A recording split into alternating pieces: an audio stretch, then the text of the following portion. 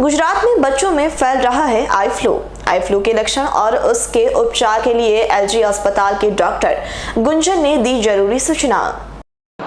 આજકાલ આપણે સાંભળીએ છીએ કે એક અક્યુટ એડિનોવાયરલ કન્જક્ટિવાઇટિસ કે જે એક જાતનું આંખનું ઇન્ફેક્શન છે તેના કેસીસમાં ખૂબ જ વધારો જોવા મળી રહ્યો છે। આ જે છે આંખનું ઇન્ફેક્શન તે એડિનોવાયરસ નામના વાયરસથી ફેલાતો આંખનો ચેપ છે। આ વાયરસ જે છે એ સંક્રમિત દર્દીના ખાંસી અથવા તો છીંકના સંપર્કમાં આવવાથી અથવા તો એ જે ડ્રોપલેટ છે તે આંખના નજીક અથવા તો એવા હાથથી આંખને અડવાથી આ રોગ આપણને ફેલાઈ શકે છે।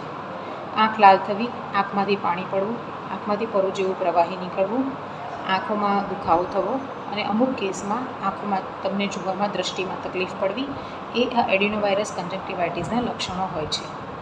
જો આપણને આમાંથી કોઈ પણ લક્ષણો જણાય તો તરત જ આંખના ડૉક્ટરને બતાવવું જરૂરી છે।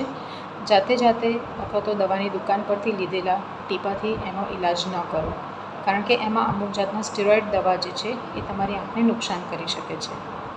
ધારો કે આપણને આ વાયરસનો ચેપ થયો છે તો બીજાને ન થાય એના માટે આ મુજબની તકેદારીઓ લેવી જોઈએ। આપણે બને ત્યાં સુધી આંખને હાથ ન અડાડવો જોઈએ। જો આંખમાંથી પાણી આવે તો ટીશ્યુ પેપરથી લૂછી અને એને ડસ્ટબિનમાં નાખી દેવું જોઈએ। આપણા જે ટુવાલ છે, બેડશીટ છે, પિલો કવર છે એ બધી વસ્તુઓને અલગ રાખવી જોઈએ, જેથી કરીને ઘરમાં બીજા માણસોને તેનું સંક્રમણ ના થાય।